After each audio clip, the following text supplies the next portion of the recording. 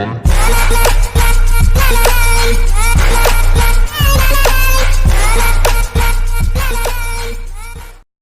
à tous, c'est Chris de la chaîne d'HTM76. On se retrouve aujourd'hui pour une nouvelle vidéo. Donc aujourd'hui je serai avec Mylan. Donc on va faire une vidéo d'apprentissage dans wheeling. Et Mylan c'est sa toute première vidéo et il fera ensuite une autre vidéo plus tard de présentation de son vélo.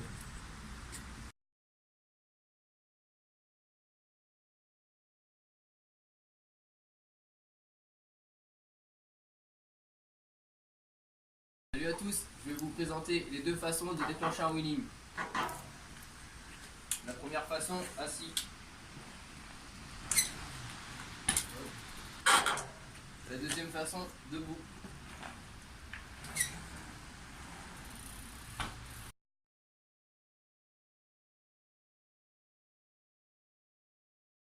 La deuxième partie sera à quel moment freiner lors d'un wheeling. Donc quand vous allez déclencher le wheeling, au début, pour ceux qui vont commencer, pas besoin d'aller haut ni loin. Le début ça sera vraiment de tirer, freiner. Tirer, freiner. Donc ça c'est pour vous habituer au frein. Donc vous faites ça dès que vous vous sentez à l'aise. Au fur et à mesure vous allez voir, vous allez lever de plus en plus haut. Vous allez avoir beaucoup moins peur. La deuxième c'est quand vous savez déjà faire un wheeling sur quelques mètres.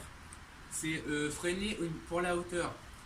Donc on va bientôt parler d'un point d'équilibre. Au final, c'est vous allez haut, vous avez peur. Donc là, j'ai peur, il faut que je freine. Donc là en fait, c'est vous allez voir à quelle hauteur vous pouvez déjà aller avec votre vélo, parce que chaque vélo détaille des roues et pas pareil. Donc comment freiner? Donc déjà avec le frein arrière. Donc moi vu que j'ai un frein hydraulique, j'ai un doigt suffit, même à câble, hein, ça dépend du type de câble. Donc faut pas freiner brusquement parce que sinon vous allez carrément appuyer sur la fourche avant, ou ça dépend du vélo que vous avez, même si c'est un BMX, hein, vous allez niquer les poignets. Donc doucement, mais sûrement quoi. Il faut vraiment que là, faut que ça freine quand il retombe, le minimum, hein, pas besoin de freiner brusquement. Et après, quand vous savez bien gérer le vélo, donc on va faire justement le point d'équilibre, mais en longévité. Donc en gros, vous allez partir pour aller loin, vous freinez. Et en fait, au fur et à mesure, vous allez faire plus de mètres, en fait, vous allez aller plus haut au final. Vous allez devoir freiner pour pas aller en arrière.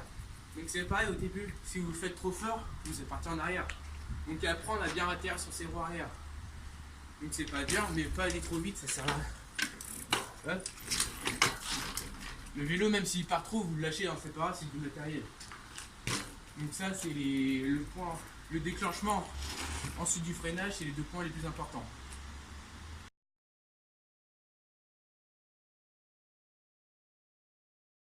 Comment maintenir et améliorer le wheeling? Alors pour l'améliorer, on va venir donner des petits coups de frein comme ça pour tomber, enfin pour freiner progressivement. Je vais vous montrer.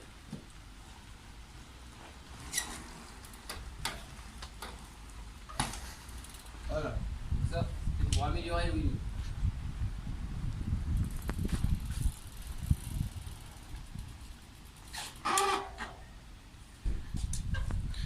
Maintenir.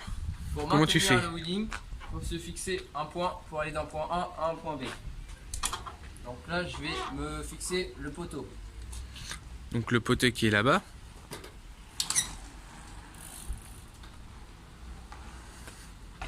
Voilà, donc il a légèrement dépassé, mais en fait c'était pour voir s'il pouvait aller plus loin ou pas. Et pour le maintenir, du coup, par exemple, si ton vélo il retombe, comment tu dois faire? Explique-moi comment tu fais. Par exemple, si le vélo, tu sens que tu as une trop grosse vitesse. Pour pas qu'il retombe le vélo, on va venir se mettre un petit peu plus debout pour avoir plus de force dans les jambes. Je vais vous montrer encore. Hop, lancez. Donc là c'est parce qu'il y a une barrière, mais il était bien parti en fait. Donc en gros, si par exemple tu n'as plus de force, tu te remets debout pour tout ton poids aille sur tes jambes et que tu puisses redonner des coups de pédale. Voilà. D'accord.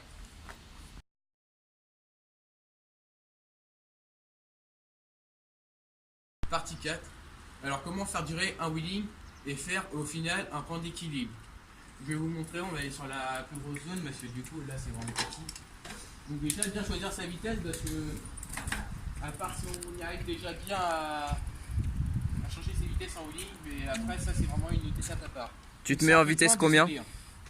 Tu te mets en vitesse combien pour faire le wheeling? Bah, ça dépend des vélos.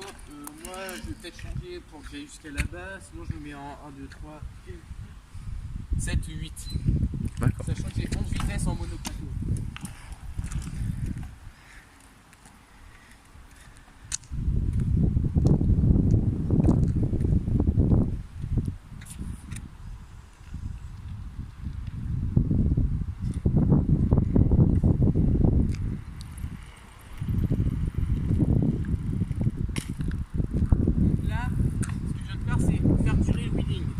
C'est toutes les étapes réunies.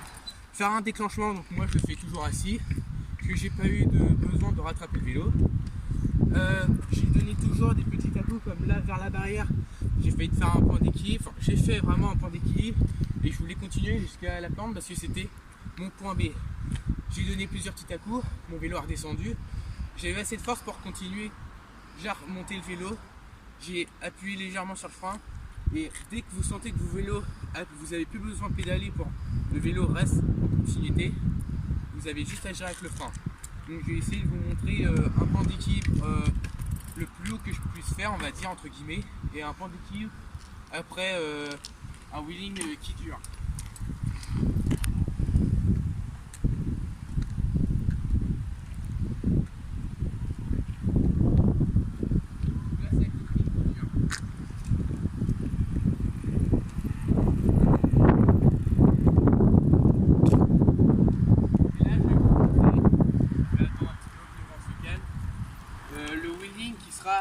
Le plus haut, donc ça c'est pas un wheeling qui va durer, c'est vraiment le wheeling pour chercher la hauteur.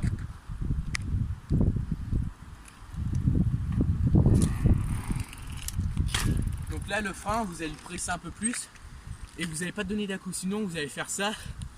Et vu que ceux qui sont à air ou à ressort c'est pareil, en fait quand vous allez remonter, votre vélo il va faire ça et vous avez plus tendance à partir en arrière. Cette vidéo touche à sa fin, je vous souhaite un bon entraînement. La présentation de mon vélo arrivera bientôt sur la chaîne. This could be us. So back to what I was saying. Could be us.